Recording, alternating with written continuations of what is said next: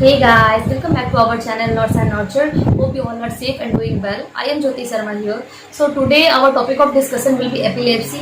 मिर्गी के भी नाम से यह जाना जाता है। तो मिर्गी क्या है, यह बॉडी में किन कारणों से होता है, इसके लक्षण क्या है और मिर्गी की परिस्थिति में हमें क्या करनी चाहिए. So today in this video I will try to cover all these points. So video this video till end and please do subscribe to our channel below. Let's get started. Introduction. There are 50 million people living with epilepsy worldwide, and most of them residing in developing countries. About 10 million persons with epilepsy are there in India. Many people with active epilepsy cases do not receive any appropriate treatment for their condition. Proper education and appropriate healthcare services can make tremendous change in a country like India. Even though mortality from epilepsy is low, various studies from across the world have revealed a higher risk of premature mortality among people with epilepsy. So understanding of epilepsy, यह क्या है, कैसे होता है. हमारा दिमाग भी एक मशीन की तरह काम करता है. यहाँ लाखों नसें एक दूसरे के संग तारों की तरह भरी पड़ी हैं. हर नस का अपना अपना एक अलग कार्य होता है. ये दिमाग के थ्रू पूरे बॉडी में फैली हुई है. यह नसें इलेक्ट्रिकल सिग्नल पास करती हैं. तो कभी कभी क्या होता है, ये नसें एक दूसरे से चिपक जाती हैं जिससे शॉर्ट सर्किटिंग होने लगता है, तो जिससे हमें झंझनाहट या झटके का अनुभव होता है. So we can say like brain uses electrical signal to pass messages between the brain cell. If these signals are disrupted, it can lead to seizures. So epilepsy is usually diagnosed when someone has had more than one seizure. So epilepsy is a chronic non-communicable disease of brain or disorder in which nerve cell activity of the brain is disturbed causing seizure. So मिर्गी एक दिमागी बुखार है. इस बीमारी में लोगों को दौरे आते हैं. यह दौरा मिर्गी से पीड़ित लोगों को बार बार आता है. मिर्गी एक ऐसी स्थिति है जिसमें दिमाग के सामान्य कार्यों में अचानक असंतुलन आ जाता है. इस कारण हमारी तंत्रिकाओं, हमारे नर्व में दिमाग से गलत संदेश चला जाता है, जिसकी वजह से हमारा शरीर असामान्य रूप से काम करने लगता है, व्यवहार करने लगता है. And that can affect people of all ages. Around 50 million of the people world wide have epilepsy and making it one of the most common neurological disease. यह कितने प्रकार के होते हैं? Mainly it is of 3 types. Number 1 partial seizure, आंशिक दौरा, मतलब रोगी के सर के सिर्फ एक हिस्से में मिर्गी की गतिविधि होती है. जबकि के दौरान रोगी सोचता रहता है. आमतौर पर रोगी को अपने परिवेश के बारे में पता होता है. रोगी की समझ बिगड़ी हुई होती है. रोगी को अपना दौरा याद नहीं रहता. नंबर 2 जनरलाइज्ड सीजर, सामान्यीकृत दौरा. यह तब होता है जब रोगी के सर के दोनों हिस्सों में मिर्गी की गतिविधि होती है. इसमें रोगी अपना समझ खो देता है और दौरा जारी रहता है. नंबर 3 सेकेंडरी जनरलाइज्ड सीजर, माध्यमिक सामान्यीकृत दौरा. यह तब होता है जब दौरा सर के एक हिस्से से शुरू होकर दूसरे हिस्से तक फैल जाता है. यह जैसे जैसे विकास करता है इंसान अपनी चेतना खोने लगता है. व्हाट कॉजेस एपिलेप्सी, इसके कारण क्या है? For 6 out of 10 people with epilepsy, the cause can't be determined, but the variety of things can lead to seizure, which may be traumatic brain injury. किसी दुर्घटना के कारण सर में बहुत बुरा प्रभाव पड़ना, यह मिर्गी का कारण हो सकता है. देन जन्म के पूर्व कोई चोट लगना सर में बच्चों के, यह मिर्गी का कारण हो सकता है. जेनेटिक फैक्टर, पीढ़ियों से चली आ रही कुछ मिर्गी के प्रकार, यह महसूस किए गए दौरे मिर्गी के कारण हो सकते हैं.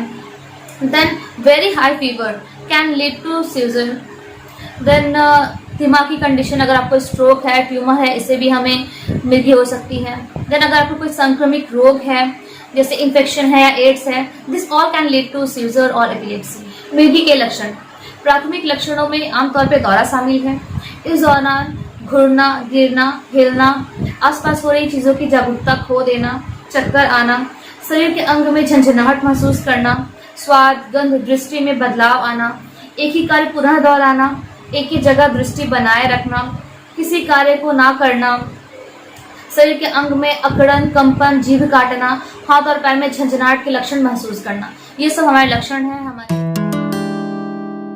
प्रिवेंशन, मिर्गी से बचाव के लिए क्या करें? जिन कारणों से दौरा पड़ने की आशंका है, खासतौर पे उन चीज़ों से दूर रहें. मिर्गी के रोगी को ड्राइविंग, स्विमिंग, खतरनाक मशीनों से काम करने से बचना चाहिए. नियमित रूप से और नियमित समय पे दवाई लें और जब तक डॉक्टर ना कहे उपचार बंद ना करें. कोई व्रत ना करें, शराब ना पिए, देर रात तक ना जगें. 7 से 8 घंटे की नींद बहुत ज़रूरी है और ऐसे मरीजों की खास तौर पे सुबह 4 से 8 बजे तक ध्यान रखना बहुत ज़रूरी है. मिर्गी की परिस्थिति में क्या करें? जब किसी को मिर्गी आती है तो आप सबसे पहले बिल्कुल ना घबराएं, क्योंकि आप ही वहाँ हैं जो हेल्प कर सकते हैं. आप मरीज को पकड़ के एक हवादार समतल स्थान पर लेटा दें और उसकी गर्दन एक और मोड़ दें, जिससे झाग और लार सब निकल जाए।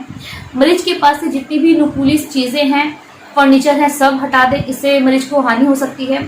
अगर दौरे के तुरंत बाद दूसरा दौरा आता है तो आप डॉक्टर को तुरंत ही संपर्क करें। दौरे के दौरान मरीज के मुंह में चम्मच ना डालें, सड़ी हुई प्याज ना सूंघाएं, जूता ना सूंघाएं और मरीज को खाली पेट ना रखें। ये सब मिसकंसेप्शंस है, इससे मरीज को और हानि होती है।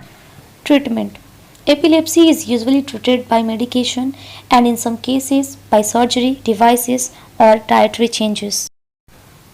Some common medication such as nerve pain medication. It blocks pain caused by damaged nerve. Sedative. Causes drowsiness, calmness and dulled senses. Anticonvulsant. Prevent and controls user, relieve pain and treat symptom of certain psychiatric disorder. People with epilepsy must follow a ketogenic diet. When the body burns fat, it creates a substance called ketones.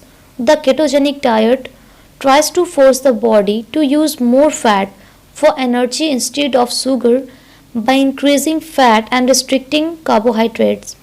At every meal, the food has to be measured carefully so that the right amount of food are given.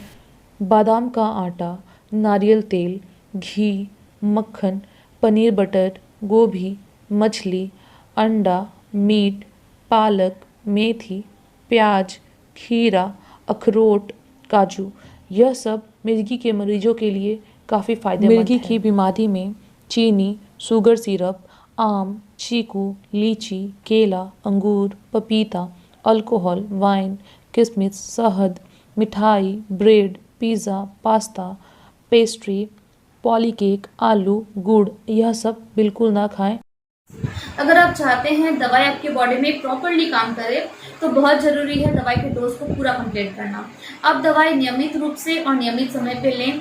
आप दवाई के संग adjust भी कर सकते हैं या आपको साइड इफेक्ट्स भी हो सकते हैं। And if you have any concern about your side effect then you can talk to your consultant about it. So if you like this video please like it, share it and subscribe to our channel below and please give your valuable feedback. We will try to correct our mistake in our upcoming videos. तब तक के लिए bye, tata, take care and नमस्ते।